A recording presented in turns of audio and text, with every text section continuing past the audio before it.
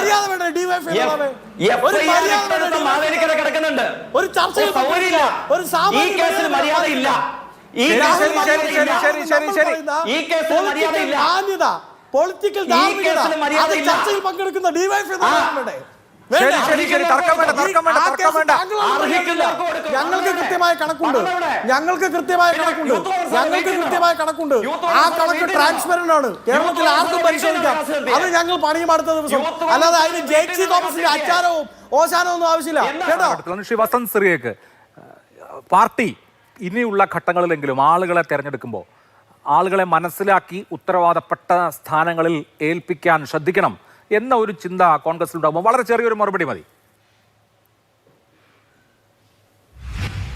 അല്ല, തീർച്ചയായും രാഹുൽ മാങ്കൂട്ടം എന്ന് പറയുന്ന അയാൾ എന്തൊക്കെ തെറ്റ് ചെയ്തിട്ടുണ്ടെങ്കിലും അയാൾ മാത്രമല്ല, ഈ രാഷ്ട്രീയ രംഗത്ത് പ്രവർത്തിക്കുന്നവർ അവർക്കുണ്ടാവേണ്ട ഒരു പൊതു മിനിമം മര്യാദയുണ്ട്. ആ മര്യാദയുടെ അതിർവരമ്പുകൾ ആര് ലംഘിച്ചിട്ടുണ്ടെങ്കിലും അവർ ക്രൂസിഫൈ ചെയ്യപ്പെടണം എന്ന് തന്നെയാണ് ഞങ്ങളുടെ നിലപാട്. പക്ഷേ ഈ ചർച്ചയിൽ പങ്കെടുക്കുന്ന ഡിവൈഎഫ്ഐ നേതാവിനോട് ഒരു ഉത്തരമുണ്ട്. അദ്ദേഹം വയനാട് പ്രളയ ഫണ്ടുമായി ബന്ധപ്പെട്ട കാര്യങ്ങൾ പറഞ്ഞു. ആയതുമായി ബന്ധപ്പെട്ട് യാതൊരുവിധ പരാതിയും ഉയർന്നു വന്നിട്ടില്ല. നിങ്ങൾ എന്തിയ ഫണ്ട് എന്ന് ചോദിക്കുന്നതല്ലാതെ പ്രളയ ഫണ്ട് തട്ടിച്ച കേസിൽ ക്രൈംബ്രാഞ്ച് 3 കേസ് രജിസ്റ്റർ ചെയ്തത് കളമശ്ശേരിയിൽ നിങ്ങളുടെ ഏരിയ സെക്രട്ടറിക്കെതിരെയാണ്. അതിൽ പലരും അറസ്റ്റ് ചെയ്യപ്പെട്ടു, പലരും ഉള്ളിൽ കടന്നു.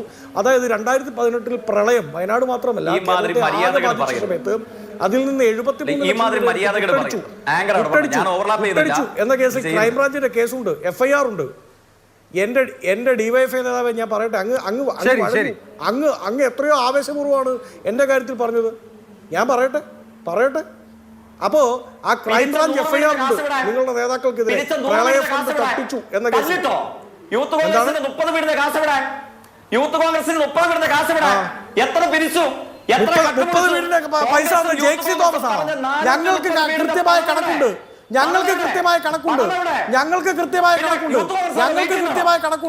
ആ കണക്ക് ട്രാൻസ്പെറന്റ് ആണ്. കേരളത്തിൽ ആർക്കും പരിശോധിക്കാം.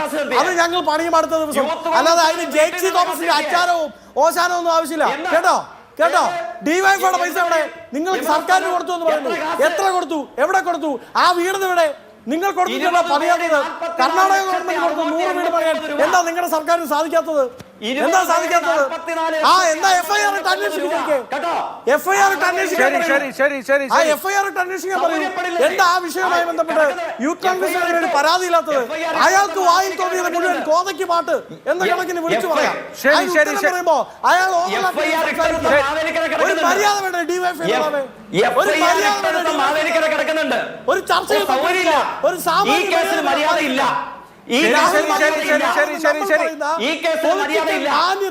പൊളിറ്റിക്കൽ ചർച്ചയിൽ പങ്കെടുക്കുന്ന ഡിവൈഎഫ്ഐ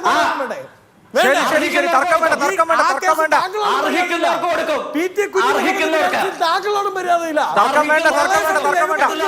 തട്ടിച്ചു എന്ന പേരിൽ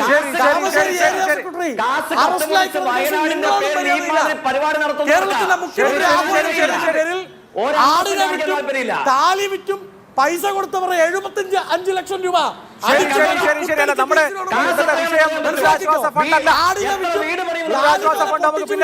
പൈസ എടുത്ത് പുട്ടടിച്ച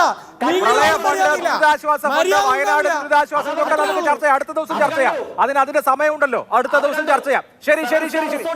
ശരി അടുത്ത ദിവസം ചർച്ച ചെയ്യാം. അതൊക്കെ ശരി പ്രളയ ഫണ്ടിനെ കുറിച്ച് നമുക്ക് ചർച്ച ചെയ്യാം. പിന്നീട് ഇതിനിപ്പോ സമയമില്ല.